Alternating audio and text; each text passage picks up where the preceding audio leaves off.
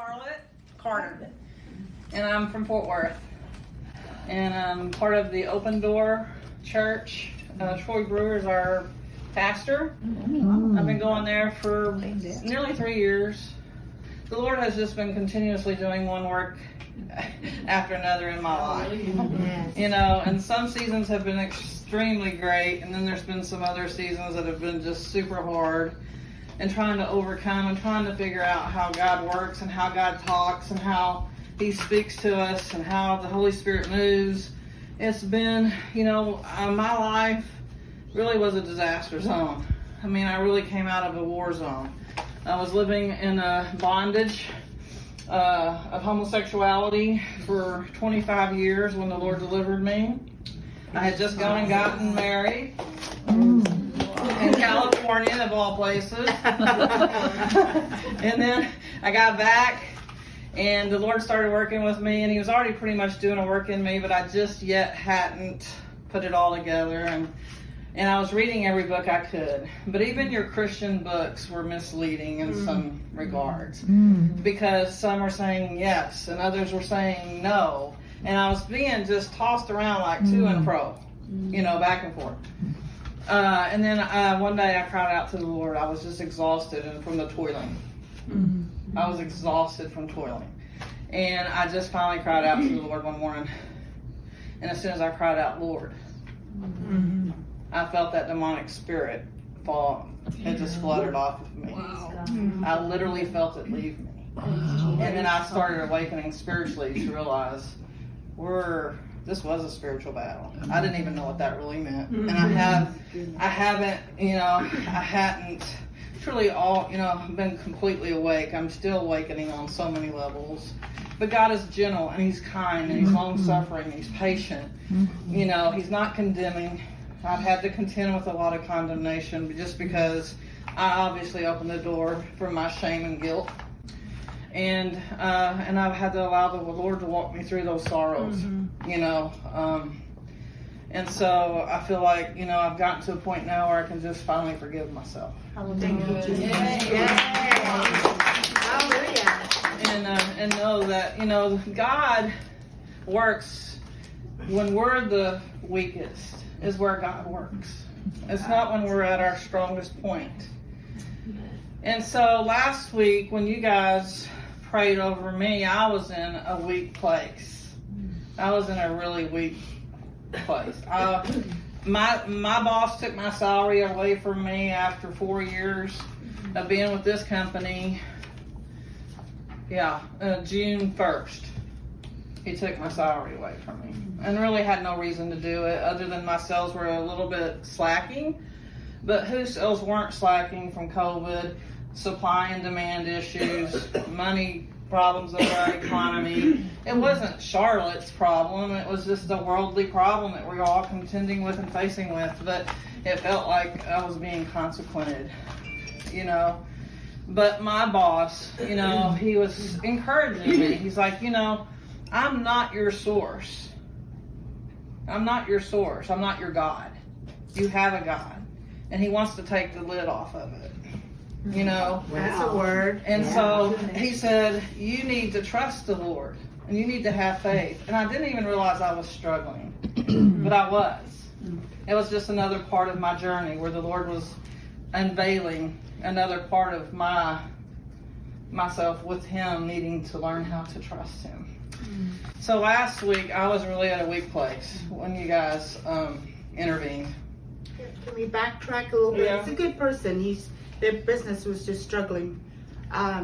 His comment was either you go commission, but I can't pay your salary anymore, or you're basically going to lose your job. Yeah, I mean, I can And leave so if I wanted. He didn't want me to leave. He just wanted me to Just- have faith and trust the Lord. And so he said I'd make more, is what he told me. Right, so she was weighing that and was trying to think she would go to somewhere else. I'm like, I hear the Lord saying, stand your ground and trust in the Lord and go commission, and when it's time, God will start blessing you, and it will be a sign and a wonder. I said, and stay until God opens another door. So when she came here 2 weeks ago and presented a potential door that was open, it was $1 million deal, but she was only going to get 1% of that plus additional hours and travel, and it was a no-brainer deal. Yeah, I mean, he upped the salary from where I was with the current company, but the backside of it, with the commission structure the way that it was, I was only going to get 1% of managing $1 million worth of, business. And, in my industry, Which is? I'm in the flooring industry. And so I would be working for builders at that point, finishing out, working with their clients with selections, designing, and then following through with all the production and the headache of getting everything in, because I order everything, managing it, having to go find it. And I was going to be between South Lake and Azle trying to manage 3 different builders who do, one of them does like 25 builds a year. And so you think about that aspect, and you're going to manage all that, you've got to be able to justify your own expenses, and you've got to utilize your wisdom, that God gives you, to be able to manage your household and not be giving it all back, where you feel depleted at the end of the year. Because I've just learned with what God's given me through the years, He gives us knowledge, wisdom, and understanding, but He also brings revelation, Yes. and He wants us to utilize those things to His glory. Yeah. And so for me to just trade a position for a position, which is what I told her, I just asked the Lord, I'm not opposed to going where you want me to go, but if this isn't of you, then I want you to slam the door shut. And He did. We shut it. He shut it hard. And so I'm sitting there at my desk, and it's payday, and my boss comes in, the day before, she says, "Do you have any jobs finishing up today because tomorrow's payday?" And she goes, "You actually owe me $22. This is the day after we had done praying for her. Yeah, this is the day after y'all and prayed for declaring the me. Lord to open up the heaven for her.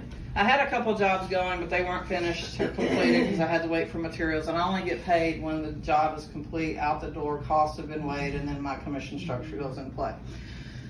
And so I was like, I owe you $22.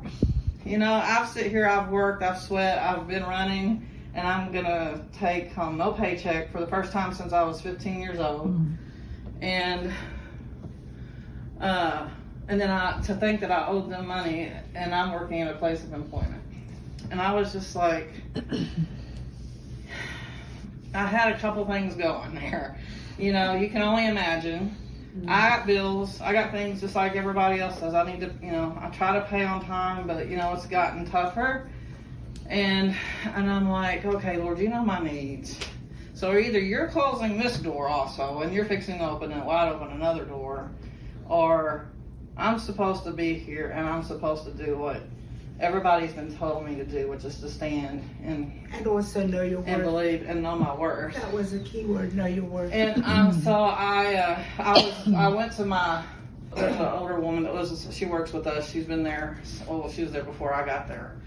And I went in there and I was just venting to her. She said, I can see you're in a really bad place. What's going on? And I said, well, I owe them $22 for working the last 2 weeks, and I'm really frustrated, and my thread's about to break. I'm at my last thread. And I said, I really feel like I'm just fixing to walk out here.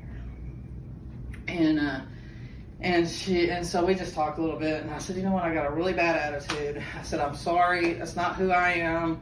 I always try to carry that, but I was just at that level. I was really, really at my weakest part.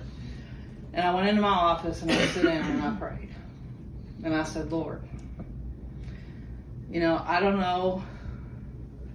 I've been waiting for an answer. I've been waiting. I've been standing. I've done everything that you've asked me to do.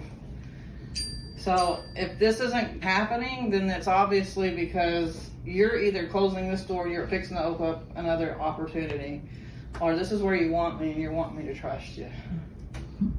And so I'm like, have your way, but show me. The phone rings. The phone rings, and I'm in such a bad place, guys. I am in such a mental anxiety, toiling place.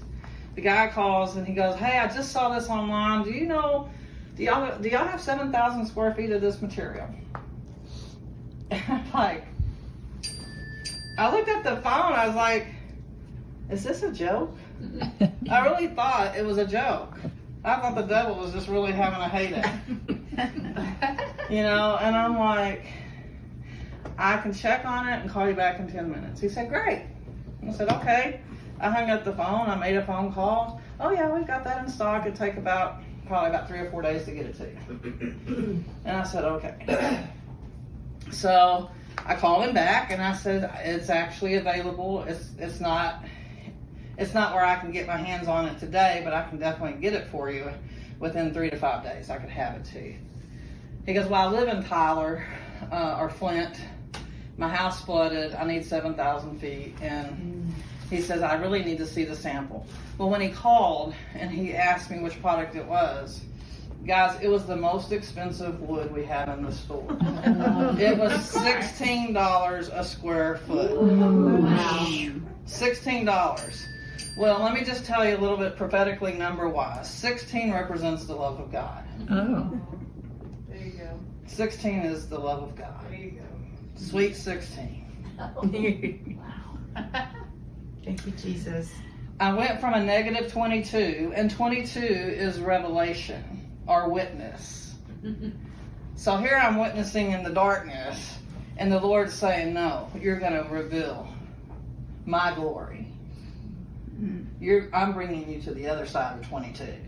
And I'm going to give you this testimony, Lord, because it's yours. He gets every part of this. 22 is revelation light.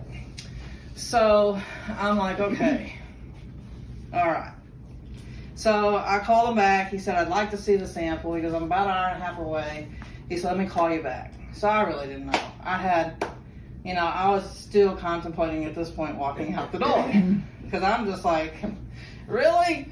I'm still in my disbelief, frustrated, place. But I have hope at this point. I have some hope. And so I calculated and I'm like, wow, okay, possible. It's possible. Everything is possible with God. When you think it's impossible, he says it's possible. So I went out on the sales floor, had a lady that came in and worked, and it was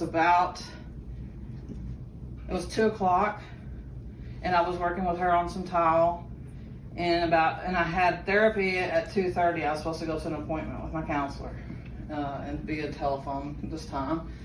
And so I was going to meet with her, and then this couple walks in at 2:15.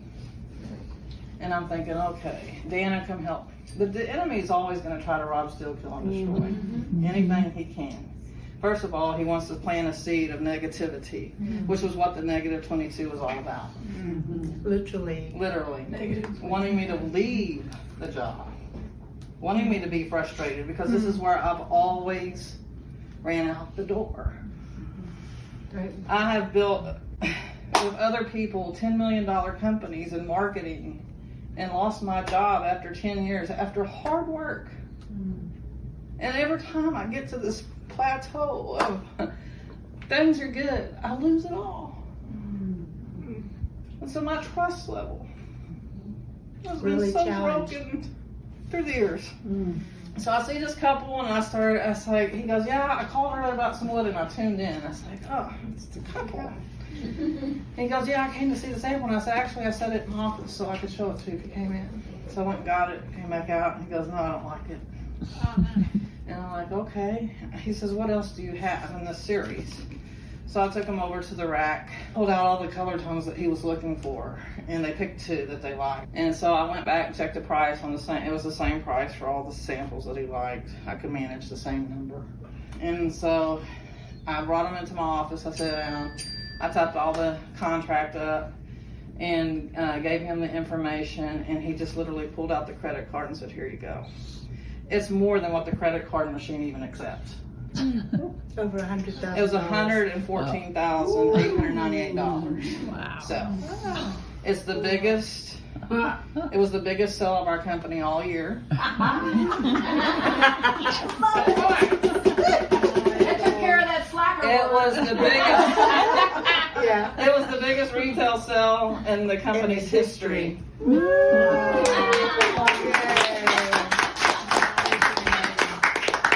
And so, and then of course, the devil wasn't trying, he wasn't finished trying to play with that, because I was sending her texts through the week to pray, because they were saying that the wood wasn't available after they said like the devil is a liar. Yeah. And we called him a liar, and kept on, and I didn't get stressed. I said, my daddy is pure. Mm-hmm. He's holy, he's righteous, he's shown his face. He is not going to take this cell from me. He is not an Indian giver. Right. And I call the devil out on that right now. I rebuke you. And I just stayed calm the rest of the week. I worked through it. It was a 5-day ordeal, because then I had What did you do? You stayed what? stayed calm. What did you do? I rested. Oh. My boss was asking me about it.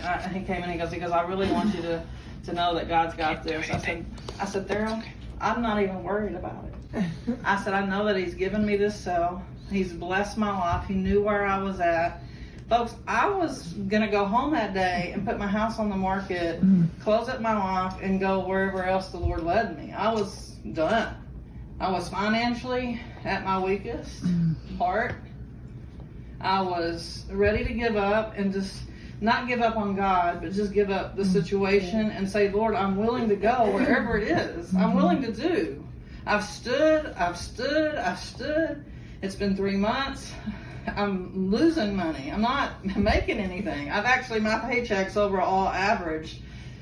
I've actually made less money, where Daryl told me I wouldn't make more money. So I brought that to the Lord. I said, this is where I'm at. I went back and calculated. I said, this is where I'm at, Lord. I'm tired of people lying to me. And that's when the phone rang. Thank you, Jesus. And so that $114,000 went through. It was finalized Thursday.